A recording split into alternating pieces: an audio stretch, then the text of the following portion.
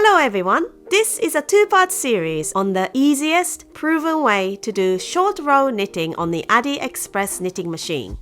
In this first episode, I will show you simple short rows. What this means is that you knit to a point in the middle of the row and then turn without wrapping or looping the yarn. The method I will teach you works for both progressive and deferred short rows. Progressive short rows means working short rows that gradually gets longer, knitting over each previous short row as you add more stitches each time. Deferred short rows means gradually decreasing the number of stitches, leaving the short rows waiting on the needles, and then knitting across all of them in one go. Another really nice thing about this method is that the interval between short rows does not matter. You can work a short row every stitch or every 5 stitches, however you want it. A quick introduction to the Addi Express machine. The Addi Express is a circular knitting machine, but it also allows you to knit flat by working back and forth. There are 2 main sizes.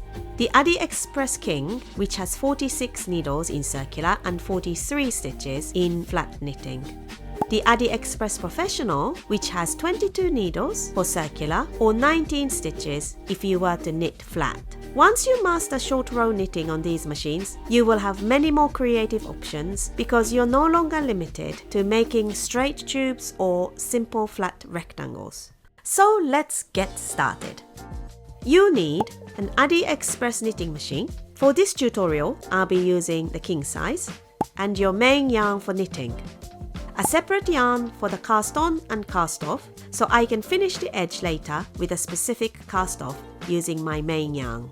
An embroidery needle or an addi hook, or even 2.5mm double pointed needle also works well. One stitch marker, such as a tiny washing peg or hookable stitch marker. First thing I will do is cast on using a separate piece of yarn. This is standard practice on most knitting machines, so it's not just the Addi Express. By using a separate waste yarn, you create a secure, stable foundation for your fabric and prevent stitches from slipping off at the beginning. It also gives you the option to remove the waste yarn later and finish the edge neatly with your main yarn using whatever cast-off method you prefer. In this example, I will cast on 25 stitches. I will work progressive short rows 4 times, increasing by 5 stitches each time, and then finish by knitting all 25 stitches across in the final row. So I make sure I have cranked back to stitch 1. And now, the first stitch is in the center of the yarn holder. I am in the circular knitting mode at the moment. You cast on in a usual way, just as you would if you were going to knit straight. Hook the yarn onto the first needle. Leave the yarn hanging inside the machine and place it so that it catches on that first needle.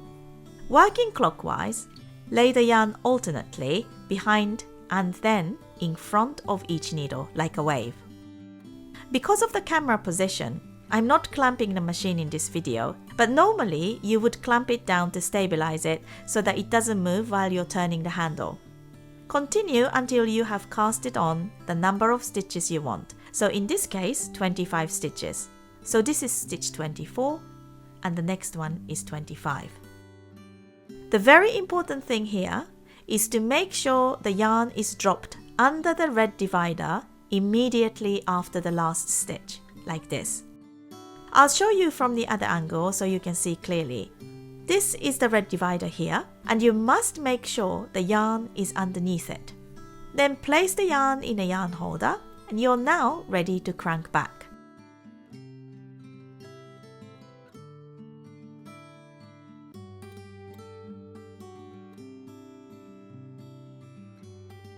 When I arrive at stitch 1, I again make sure the yarn goes under the red divider after stitch 1. Then I crank forward again to stitch 25.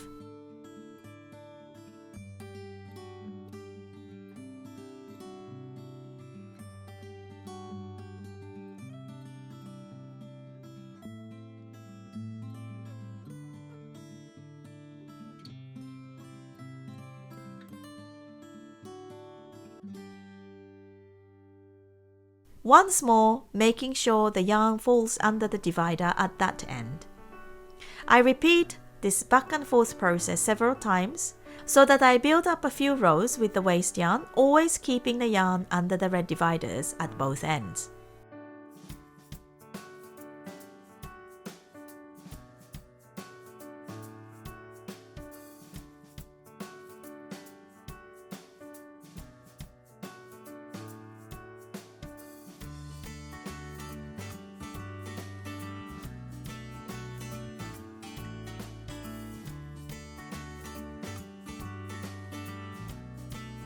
Now I'm back at stitch 1 and I'm ready to join my main color. To join a new color, it's very simple. First, remove the waste yarn from the yarn holder and let it hang loosely inside the machine.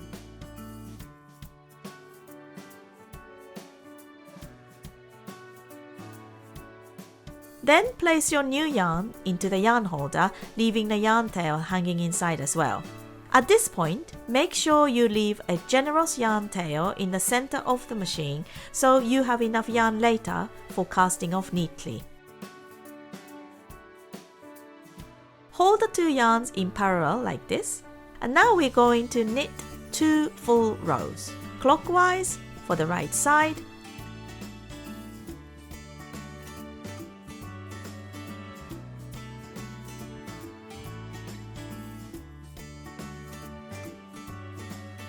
and counterclockwise for the wrong side.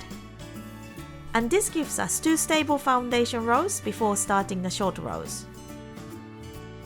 Once we have made sure that the yarn is sitting under the red divider before stitch 1, let's turn the row dial back to 0.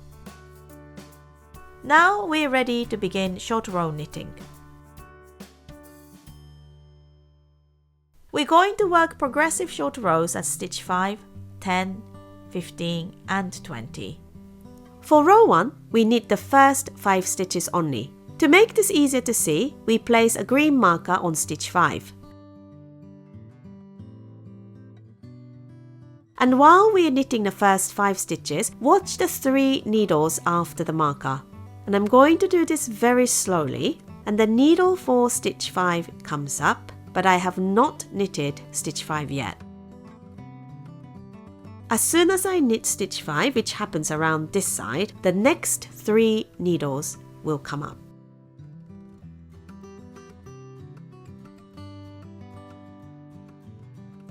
Can you see this happening here? And the second needle has come up, and the third needle has come up too.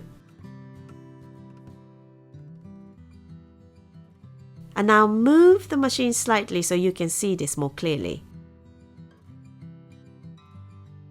The working yarn should fall under the red divider in a moment. But I don't want the false needle to come up, so I'm going to cheat a little bit and gently push the yarn under the red divider manually.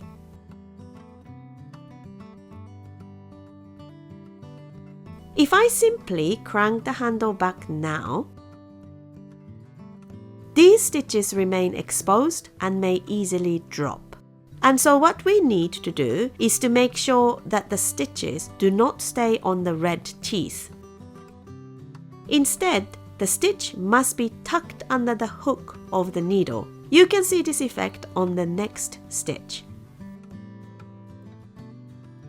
Nothing is sitting on the red teeth because the needle has only partially come up, and this stitch has been pushed back behind the needle. So basically, this stitch here has been pushed back behind of the needle, but this needle still has the loop sitting underneath the hook part of the needle.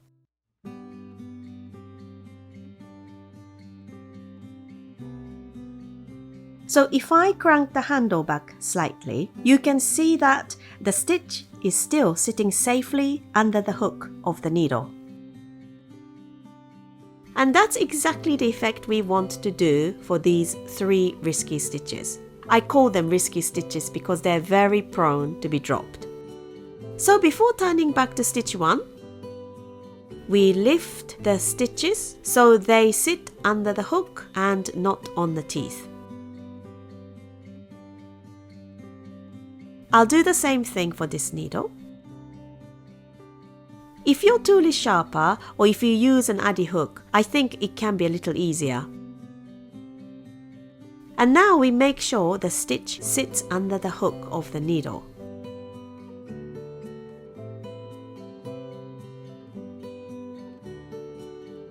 Same thing with this stitch.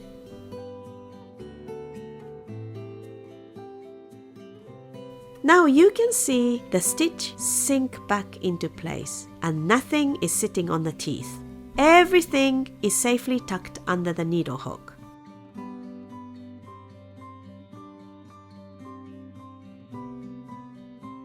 So now I can turn the handle back to stitch 1.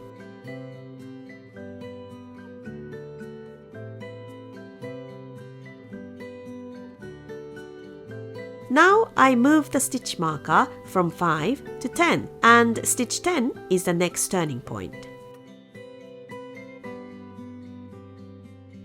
I knit up to there and making sure that the yarn stays under the red divider.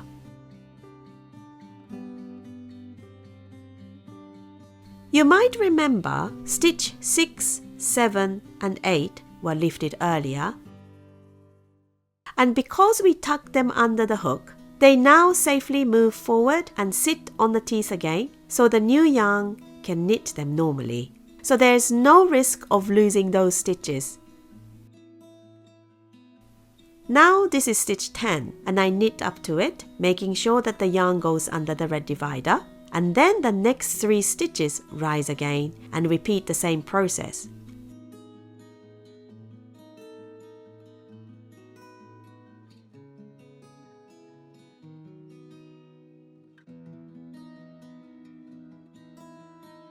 So I'm going to push this stitch into the hook.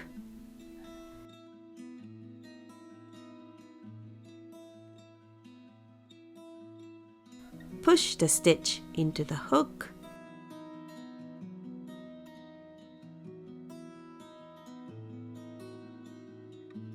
And then again push the stitch into the hook. And crank all the way back to stitch 1.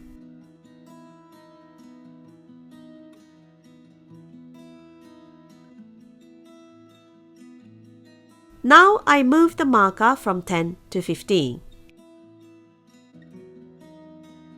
I knit up to 15.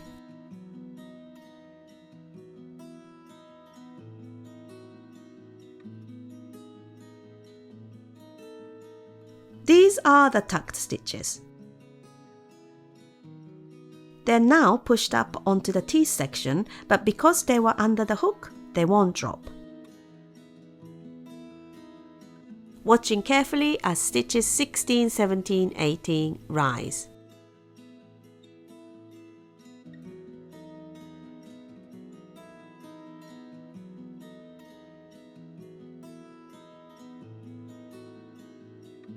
I make sure the working yarn is under the red divider.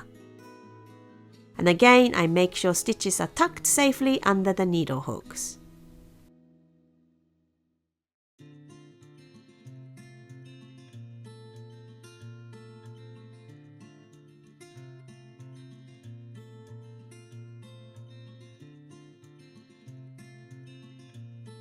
Crank back.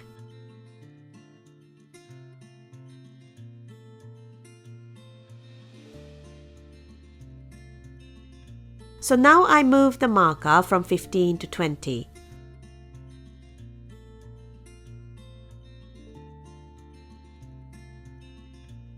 I knit up to stitch 20 again.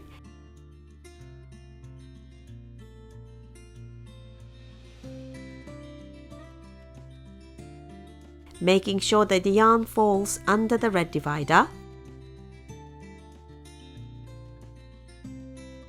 And when the 3 stitches rise, I tuck them under the needle hooks with Addi hook or needle.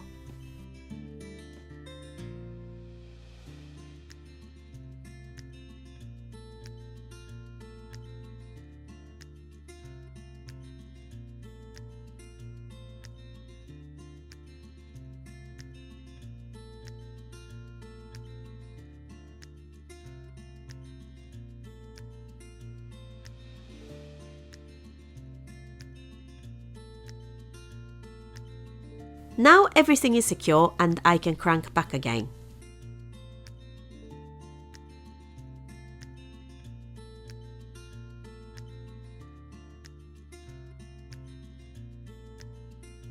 Now we knit all the way to stitch 25 and we don't need to place a marker here. So we crank clockwise to stitch 25, making sure the yarn is under the red divider, and then crank all the way back to stitch 1.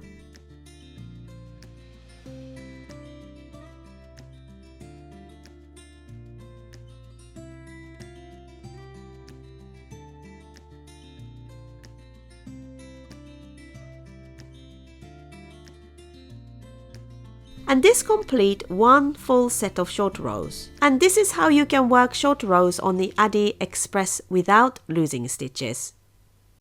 Now I'm going to show you the whole set again in slightly faster motion. Feel free to jump to another section using the timestamps in the description.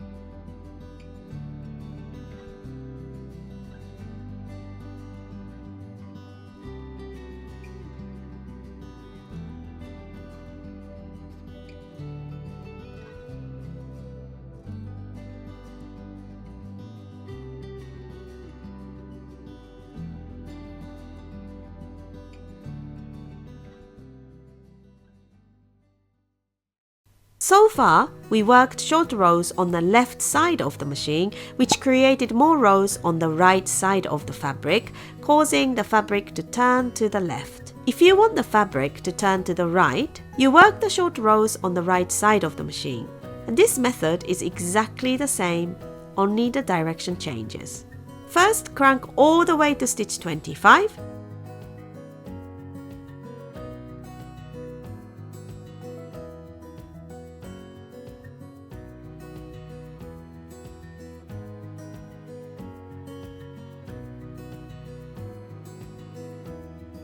Mark the 5th stitch counting from the left. Now turn the handle to stitch 5.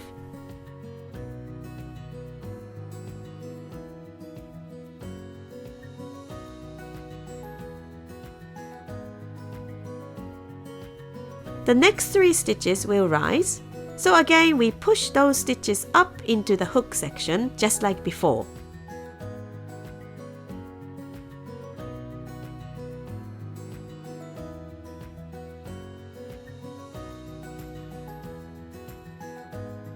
Now you can see that these stitches are not sitting on the teeth, and because they are secured under the hook, they rise and then safely fall back onto the teeth without dropping. So we repeat this process until we finish the whole set of the short row. With this method, you can work short rows easily on the machine.